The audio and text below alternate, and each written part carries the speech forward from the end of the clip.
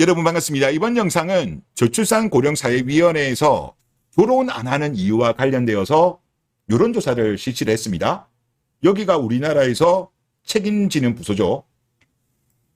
자, 올해 3월 29일부터 지난달 3일까지 전국의 25에서 49세 남녀 2,011명을 대상으로 조사를 했습니다.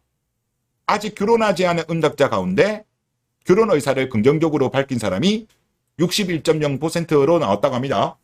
생각보다 좀 높게 나왔어요. 반면 나중에도 하고 싶지 않다 22.8, 생각해 본 적이 없다 16.3으로 나왔습니다. 그리고 결혼할 의사가 있는데도 하지 못하는 이유로는 남성의 경우 자금 부족이 82.5%로 가장 높았다. 82.5면 정말 높은 거죠. 결혼 의사가 있음에도 불구하고 결혼을 못하는 이유, 내가 돈이 없어서가 82.5예요. 반면 여성은 적당한 상대를 못 만났다는 이유가 75.5%로 가장 많이 꼽혔다. 네가 돈이 없어서. 네가 돈이 없어서. 다음으로 결혼할 의향이 없는 이들은 성별 간 역할 분담이 가장 중요하게 작용했다. 남성의 경우 결혼식 비용, 신혼집 마련 등 경제적 부담이 88.9. 이것도 결국은 돈이 없어서잖아요. 내가 돈이 없어서. 반면 여성은 가사, 출산, 양육에 대한 부담 92.6%로 가장 큰 부분을 차지했답니다. 남자 니네들이 안 도와줘서. 남 탓이죠. 그러니까 결혼 의사가 있는 여자도 남자가 돈이 없어서, 결혼 의사가 없는 여자들은 남자들이 안 도와줘서, 이제 이렇게 나온 거예요. 그리고 출산할 뜻이 있는 여성 응답자 중 88.8%는 출산 이후에도 경제활동이 지속되기를 원한다. 대한민국이 결혼한 이후에 여자들이 적극적으로 일을 안 하려고 하죠. 그러다 보니까 다른 나라에 비해서 경제활동 참여율이 주부가 낮잖아요. 말과 행동이 너무 다른 것이 아닌가라는 생각이 듭니다. 하여튼 뭐 이런 설문 결과였는데, 이거와 관련되어서 저출산 고령사회위원회 부위원장, 대통령이 위원장이기 때문에 사실상 이분이 책임자라고 볼 수 있겠죠. 이분이 이 여론조사를 가지고 이렇게 응답합니다. 이번 조사를 통해 주거 일자리 등 경제적 지원과 일가정 양립이 결혼과 출산을 결정하는 데 중요하게 작용하는 것을 확인할 수 있었다. 체감도 높은 저출산 대책을 마련하고 육아 친화적인 문화 환경이 마련되도록 힘쓰겠다라고 이야기했습니다. 그냥 하나만한 이야기 한 거예요. 정말 이번에 여론조사를 제대로 뜯어봤다라고 한다면, 남자는 내가 돈이 없어서, 여자는 네가 돈이 없어서, 결혼 안 하는 사람들도 남자 내가 돈이 없어서, 결혼을 생각하지 않는 여자들은 네가 안 도와줘서라고 하잖아요. 그러면 여기서 제일 많은 니즈가 뭐예요? 남자가 돈이 많아야 되는 거예요. 남자가 경제적으로 여유가 있고, 또 어떻게 본다면 고용의 안정성이라든가, 이게 제일 큰 부분이라는 거죠. 그럼에도 불구하고 지금 하는 이야기 보면 하나만한 이야기를 하고 있어요. 즉 기존에 했던 저출산 정책 기조를 유지하고, 여기 보면 체감도 높은 이야기 나오잖아요. 해달라는 거 더 해주겠다는 거예요. 예산 지원 더 해주겠다는 거죠. 그러니까 최근에 말도 안 되는 뭐 여러 가지 정책 아이디어가 나오는 것도 다 이런 거라고 저는 생각됩니다. 그런데 대한민국은 이 기조를 바꿔야 돼요. 그동안 대한민국이 20년 이상 저출산을 해결하기 위해서 국가가 한 행동은 여자를 지원하는 쪽이었죠. 남자가 문제고, 남자가 돈을 많이 못 벌고, 남자가 육아에 참여를 많이 안 한다. 이런 논리였잖아요. 그럼에도 불구하고 계속 그걸 이어나가겠다는 거예요. 제가 총선 전에는 혹시나 선거 때문에 여자표를 의식해서 노선 변경을 못할 수도 있다. 그래서 총선 이후를 좀 지켜보자. 그런 이야기를 제가 몇 차례 했는데, 지금 총선이 끝난 지 한 달 가까이 됩니다. 그동안에 정부라든가 뭐 민주당도 그렇고 국민의힘도 그렇고 나오는 이야기를 제가 보면 변동사항이 전혀 없어요. 변동사항은 없고, 기조에 대한 변동이라고 한다면 기존보다 더 지원해주자, 더 해주자는 거예요. 이런 식으로 가면 문제 해결이 안 돼요. 지금 계속 일가 가정의 양립 이야기 많이 하는데, 지금 이거를 가장 전 세계에서 잘하고 있는 나라가 가족 친화적인 나라가 핀란드예요. 핀란드가 지금 2010년 이후 3분의 1로 학계 출산율이 떨어졌어요. 3분의 1이 날라갔어요. 그래서 1.26까지 떨어졌습니다. 그래서 파이낸스 타임즈도 3월 달에 가족 친화적 정책이 출산율을 높이지는 못한다라는 보고서를 냈어요. 오히려 그것보다 다른 컬처, 문화적인 것이 오히려 더 큰 영향을 미친다는 거죠. 돈으로 해결 안 된다니까요. 약간 도움은 되지만 결국은 돈을 쓰는 것에 비해서는 효과가 미미하다는 거죠. 큰 추세를 반전시킬 수 없다는 거예요. 그때 당시 그 여러 가지 정책과 제가 오늘은 안 가져왔는데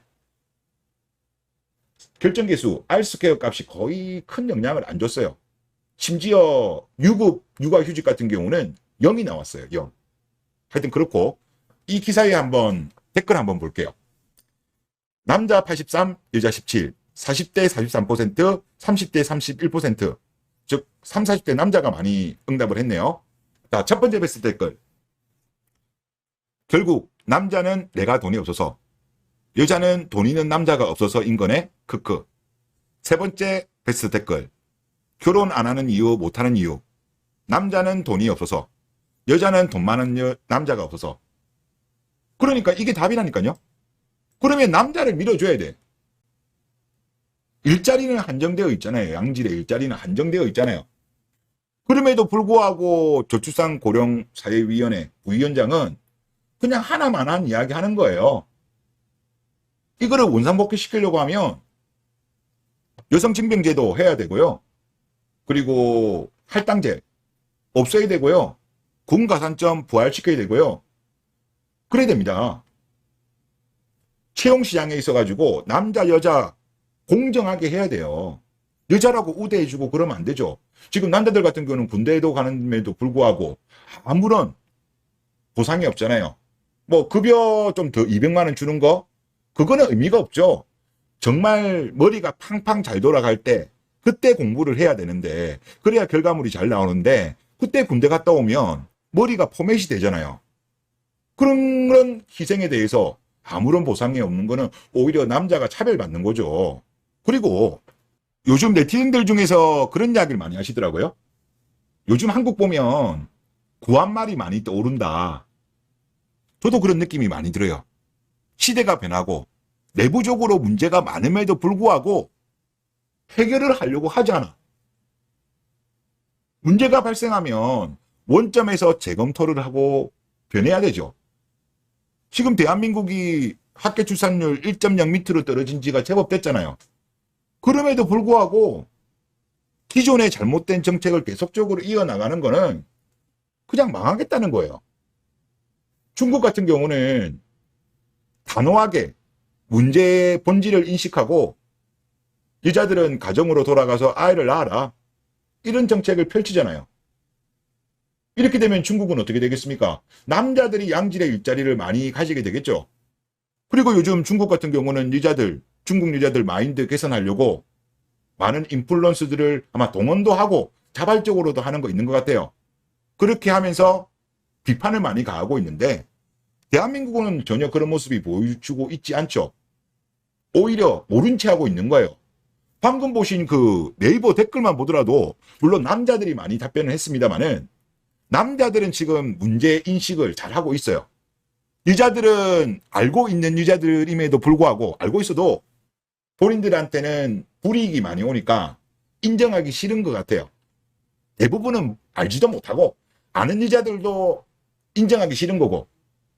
그러니까 결국은 이번에 저출산 고령 사회위원회의 여론조사도 남자가 경제적으로 안정되어야 된다는 거예요. 남자가 경제적으로. 그렇게 하지 않는 이상에서는 안 그래도 대한민국 같은 경우는 뭐 일본이라든가 유럽이라든가 미국 이런 데보다 대기업 종사자 수가 매우 적죠. 근데 그 작은 종사자 수, 뭐 공기업 공무원 다 포함하면 해도 적어요. 그거를 남자 여자 서로 싸워가지고 하다 보니까 여자들이 결혼하고 싶어하는 그래도 어느 정도 경제적으로 안정된 남자들 수가 지금 너무 적으니까 오히려 평범한 여자들은 결혼 지금 하고 싶어도 못하는 거야. 그런 사태가 발생하는 거죠. 대한민국이 그렇다고 예를 들어서 혼외 출산이 많은 나라도 아니잖아요. 결혼 다음에 출산이 있는 나라인데 이런 정책을 고수한다? 안 되죠. 일본 같은 경우는 선택을 했습니다. 일본 같은 경우는 남자를 선택했어요. 1990년대 경제위기 왔을 때. 지금까지도 이어지고 있죠. 정규직 일자리, 남자를 우선으로 주었습니다. 여자들은 비정규직 위주로 갔고. 우리나라는 지금 전혀 그러지 않잖아요. 바꾸려고 하지 않잖아요. 그래서 제가 총선 마쳤음에도 불구하고 이 정책 기조가 변화 안 하는 걸 보고 좀 희망을 버리시는 게 낫겠다. 그러니까 스스로는 이게 해결이 안 된다는 거죠.